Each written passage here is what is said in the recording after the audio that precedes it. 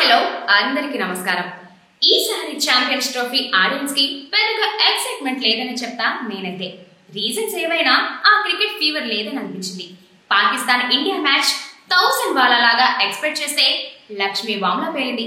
ఏదైతే bro, cricket మాత్రం entertainment గా అంతే. నేను మీ అంకిత, ప్లీజ్ నన్ను ఎంకరేజ్ చేయమని కోరుకుంటున్నా. నా వీడియోలు మీకు నచ్చుతున్నాయని ఆశిస్తున్నా. ఛానల్ సబ్స్క్రైబ్ చేసుకుని ఒక లైక్ కొట్టి షేర్ చేస్తారు కదూ. Thanks bro. క్రికెట్ గురించి మాట్లాడుతుంటే ఒక పర్సన్ గుర్తొచ్చాడు. తనది ఒక నార్మల్ ఫ్యామిలీ. చిన్న ఏజ్ నుంచే క్రికెట్ అంటే పడి చచ్చిపోయేంత ఇష్టం. ఆ ఇష్టంతోనే నాన్నతో ఎన్నిసార్లు దెబ్బలు తిన్నాడో తెలుసా? అమ్మ అయితే ఎందుకు రాది, మన ఇంట వంట లేదు, చదువుకోరా అనేది.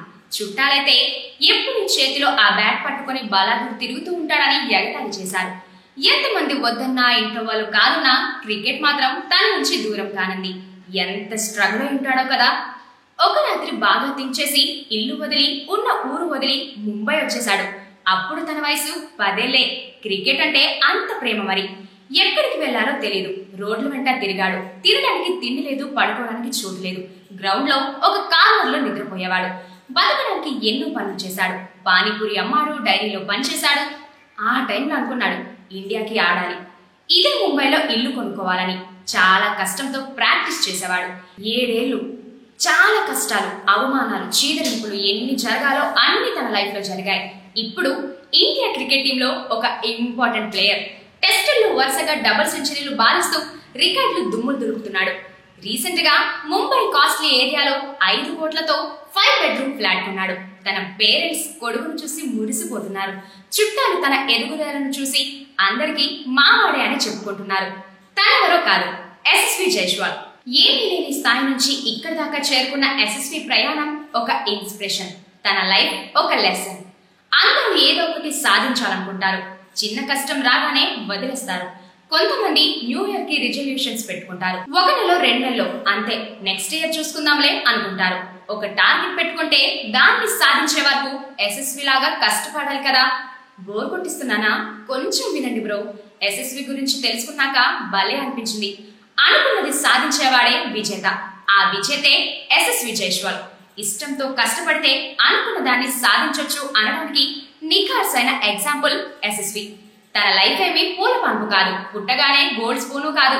చిన్నప్పటి నుంచి ఎన్నో ఛాలెంజెస్, ఒక్కోటి దాటుకుంటూ ఇంత పేరు సంపాదించుకోవడం అంటే మామూలు విషయమా? క్రికెటే కాదు, మనకిష్టమైన ఏ ఫీల్డ్ అయినా పట్టుదలతో కృషి చేస్తే యశస్వి లాగానే విజేత అవ్వచ్చు. దానికోసం మధ్యలోనే ఆగిపోవద్దు.